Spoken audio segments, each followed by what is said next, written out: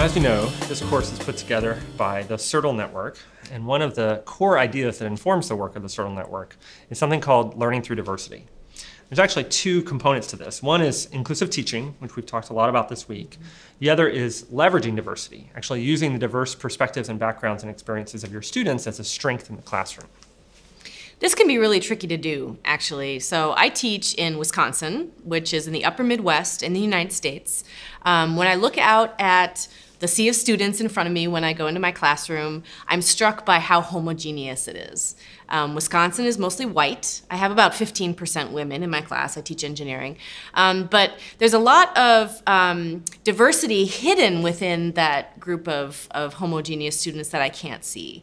And I struggle with identifying those dimensions of diversity, but I realize that drawing them out and actually using them in my classroom can really strengthen student learning. So one example of how I do that is at the beginning of the semester, like many professors, I give them a quiz or a survey to ask them about where they're from, maybe what their favorite song is, something about their family. And I study the responses to those questions really closely.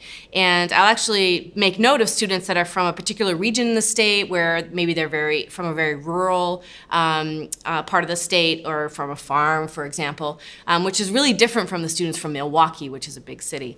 And I'll actually build into some of my case studies or my problem sets, or even some of my short lectures, examples from those particular regions of the state. So for example, if there's a mine in northern Wisconsin where there's a lot of pollution and we're going to talk about how to clean it up, then I might call on the student that's from that region of Wisconsin and ask them for help solving the problem. Now I won't point out that they're from that part of Wisconsin, but it draws them in and makes them feel like they're actually a part of the content of the course. And I find that this is really important to building the student motivation that we talked about earlier in a previous unit, but then also building that inclusive environment. Mm-hmm. That's a really wonderful example, Trina. I like how it's a little subtle, but you're highlighting those perspectives that might not be visible when you walk in the classroom.